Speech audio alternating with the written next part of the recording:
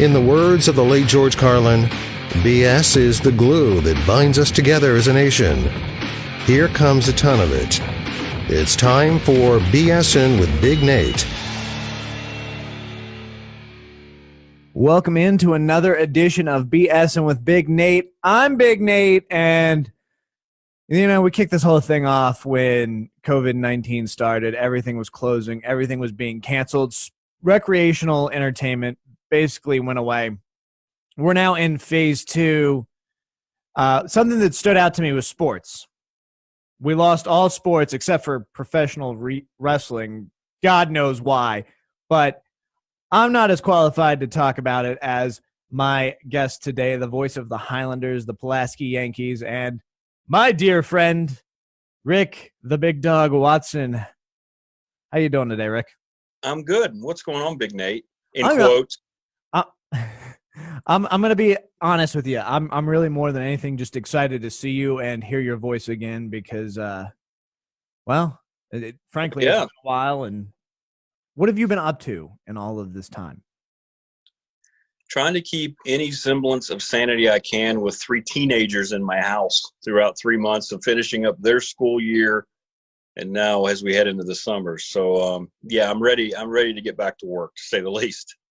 No, I'm excited for that as well. With us moving into phase 2, we've kind of seen a picture of what things are going to look like, and I want to start with baseball. Of course, right now the players and the owners are kind of disagreeing about salary and how that's going to work out, which I could have seen that from a mile away coming, is because they don't want their prorated salaries.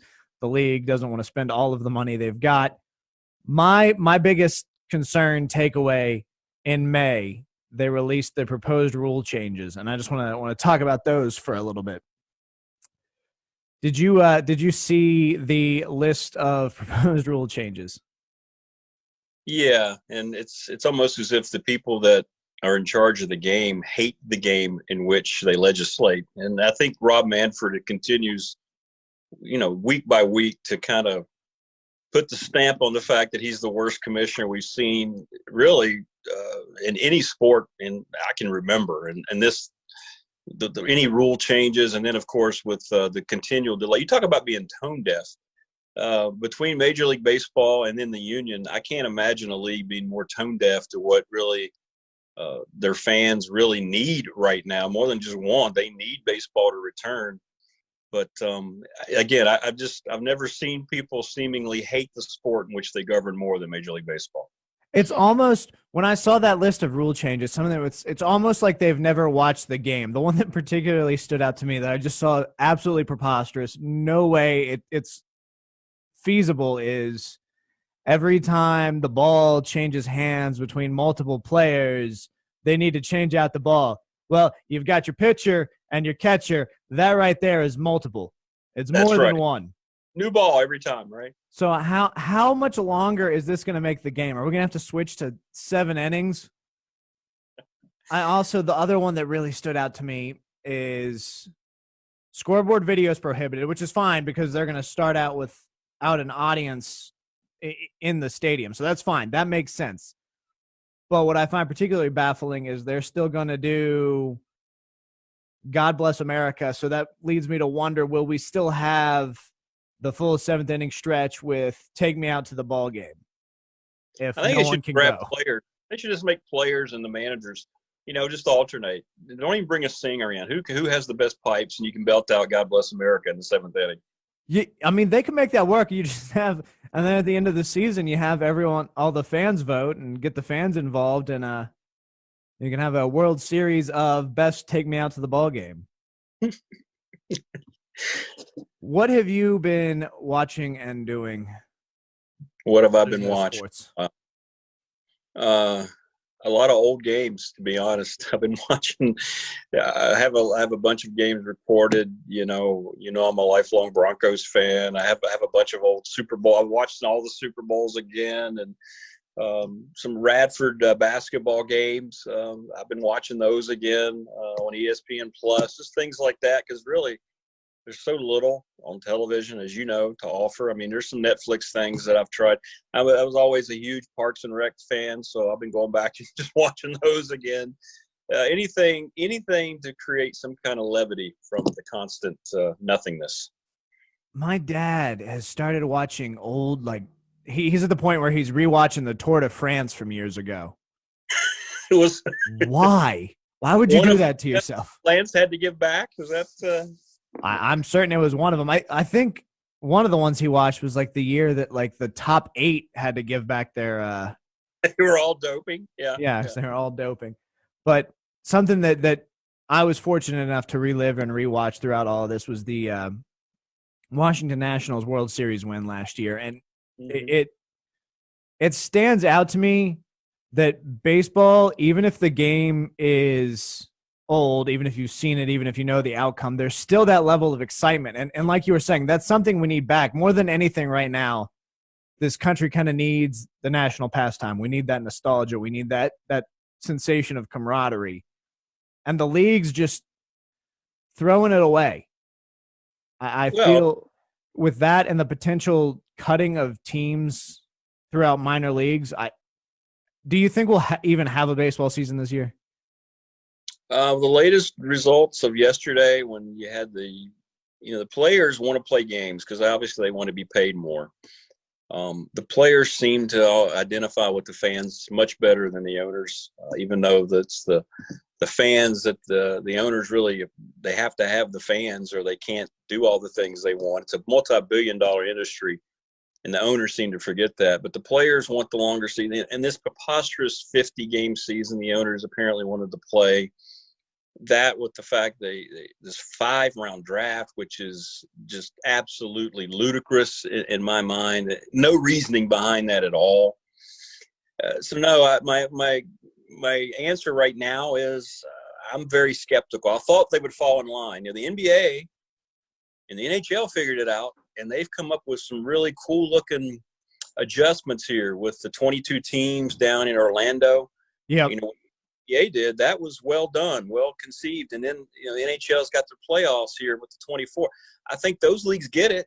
They understand it. And Major League Baseball, as it seems like is always the case, is just left out of it because they continue just to implode. And it's almost as if they raise their arm the highest. Who wants to implode worse today, the player's side or the owner's side? And I think they both take equal blame right now. I'm wondering, you bring up the NHL and the NBA, and I'm wondering how this is going to look for the NHL with coming back into the next season fairly soon after going through that playoff run. So you've got that group of teams isn't going to be performing as best at the beginning of the season. Granted, I've said for years that the NHL doesn't really get exciting until after the All-Star break because that's when it really gets into gear. But I am intrigued to see how the NHL and the NBA work this out. But speaking of basketball, Radford University announced earlier this week that they are coming back early. What is it, July 27th, I believe?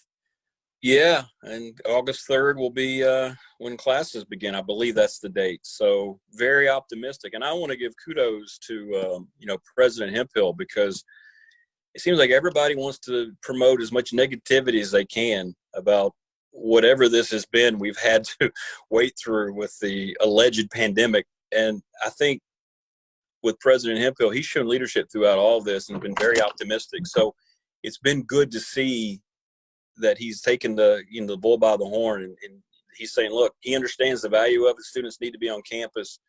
And it's nice to see that Radford's really been kind of the front runner of saying, look, this is when we're going back. Now several other state schools have followed suit. So it's a good plan. I think getting folks back sooner is going to be good because this is just so unnatural to be told that we can't do anything when there doesn't seem to be as much science behind it as opposed to politics. But that's a topic for another day. But from Radford's perspective, yes, coming back earlier I think is a good thing. I 100% agree. I think Hemphill's handled this all with great stride, and I definitely am admirable of the way things have been handled. The reason I bring up RU, though, is in case you guys didn't know, Rick is the voice of the Highlanders. I've had the privilege of working with Rick for several years now as his studio producer. And, we had college basketball ended early for us. It did. So I know they're going to be looking forward to trying. I mean, we got to have a March Madness next year. We got to have There basketball. will be.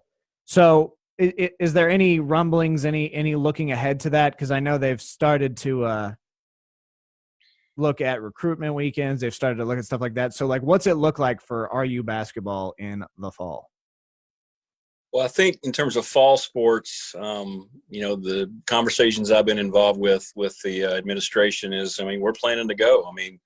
You're looking at men's and women's soccer and volleyball and cross country. Those sports are going to have seasons. It depends on, we don't know the adjustment of fans that are going to be allowed, things like that. It may just be students and family. There's some things that'll be announced. But since those sports aren't money sports, if you will, those aren't really sports that you have to buy a ticket for. I think in terms of that happening, that's going to be the first sign to see how that goes.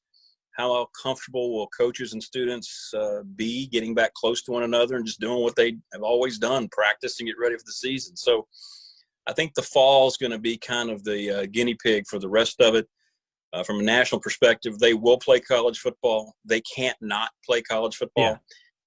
Because college athletics as we know it would no longer exist at any level if they don't have the revenue created by college football. So how that's going to look, I'm not sure, but conversations I've had with folks from Power 5 schools, it's going to be a go. We just don't know how it's going to be packaged. And hopefully, once we get into the winter, basketball starting, practice in October and November, by then, hopefully some of this will be relaxed and we can start to feel some sense of normal because if you just look at the national numbers, all the threat of this thing seems to be on a worldwide downslope. I think it's especially true here in this country. So hopefully by then you can kind of let common sense take over, take care of one another just like you would if you were trying to avoid any kind of other illness and live our lives. And I think right now I'm very optimistic. Basketball might be a slight adjustment here and there, but I think basketball season will happen as close to normal as you can have it. I hope. No, you haven't heard any rumblings of a rule change involving every time multiple players handle the ball, we got to get rid of it. No. Like, I remember seeing that and I was thinking, well, that would never work for basketball. That would never work for football because it's just impossible. We're not going to have basketball players out there wearing gloves either. Well, look what's going on now. The UFC's been going on, right? You mentioned, even though it's entertainment, professional wrestling's been going on. The European, there's certain soccer leagues that have been playing. Things are happening. The Korean baseball league is happening, and we see it going off without a. Guys are very happy to be playing. There's no problem with it. You mentioned there's no fans right now. I don't think that would be the look if you're talking about college football or basketball, but it can happen. It's just who's going to be willing to do that. And right now, the NBA and the NHL seem to understand that's the direction we're heading. The NFL never stopped, right? They just kept going. They kept having, they did their entire draft. They did everything. It was virtual and it was very well done, but they've kind of led the way through all this. They haven't had anything canceled.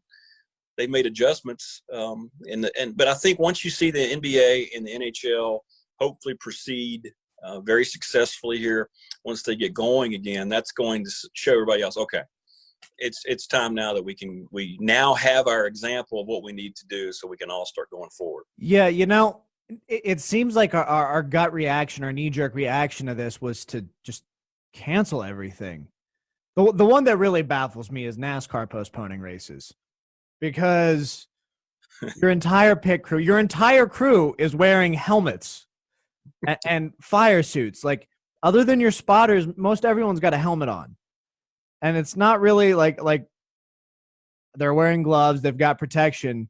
It seems like NASCAR could have kept going and just said, hey, just don't have fans in the stands. And they've gone that direction. They're doing it now. So I guess kudos to them for realizing that, hey, we probably don't need to cancel this. Well, they've been used to fans in this, be honest. They've been used to not having fans in the stands for the last couple of seasons anyway. So, and the decline of the popularity of it. But, I'll give them credit. They were the first ones, right? They came back and had that first race, and the whole world was watching, especially the American sports world. And that's when you started to see these conversations kind of evolve with basketball and with hockey. And they said, okay, well, they've pulled it off, as you said, and everybody's fine. Competition's the spirit of competition. So I'll give them their credit. They were the first to come back. But you're right. I mean, it shouldn't have had to have been that way. They could have taken maybe, a couple weeks off. We have the helmets. Fans aren't coming. Okay, let's just get back to the schedule. I thought, yeah, you're right. The fact that the first inclination is to just stop and do nothing seems like that totally contradicts what, as humanity we've been doing since the day the earth was created. So I have to ask, have you been in contact with Coach Jones? A little bit, now and then.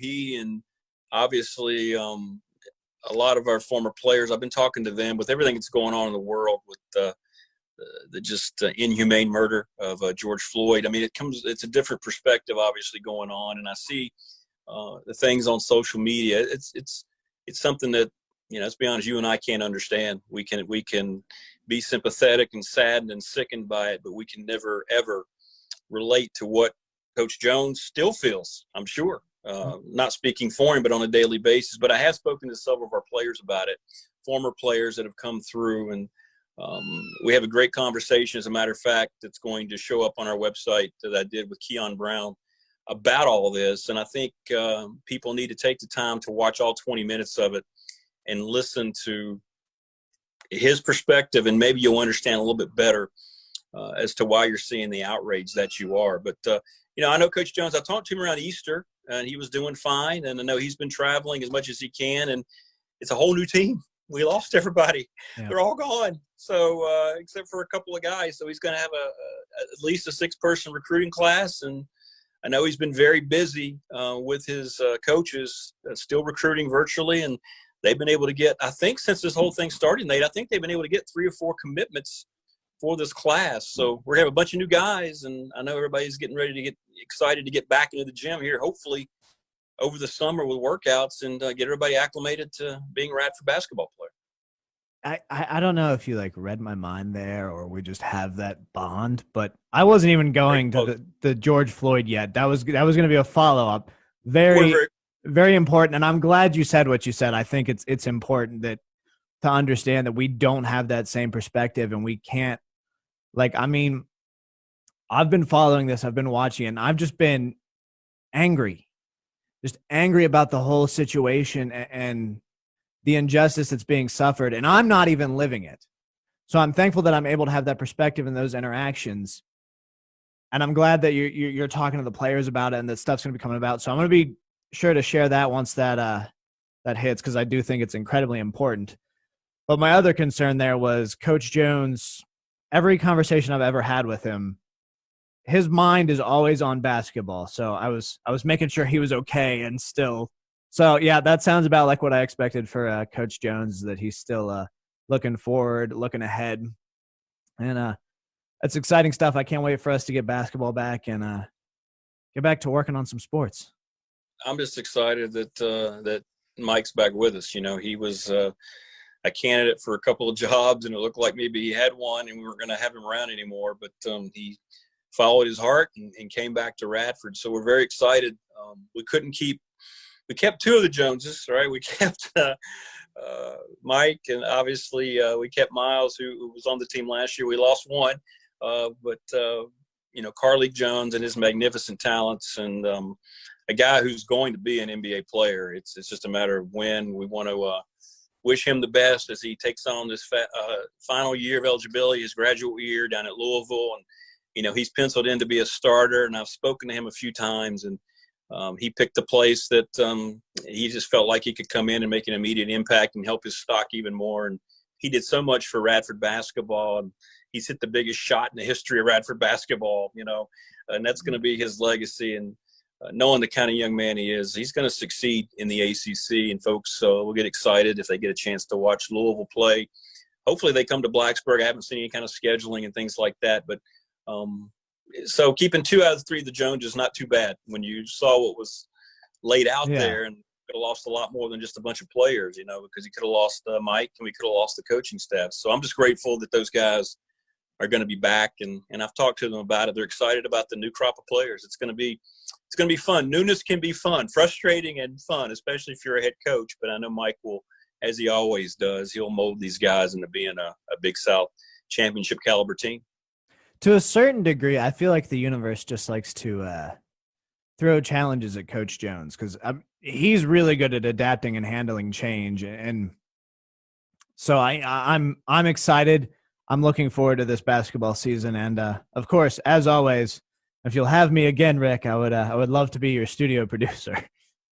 Oh, there's no question about that. I think the ink hasn't come out on the contract yet, but that's part of my deal. So I mean, I think we're a package deal. So I think that's the best way to sell us. I think that's the exact best way to sell it.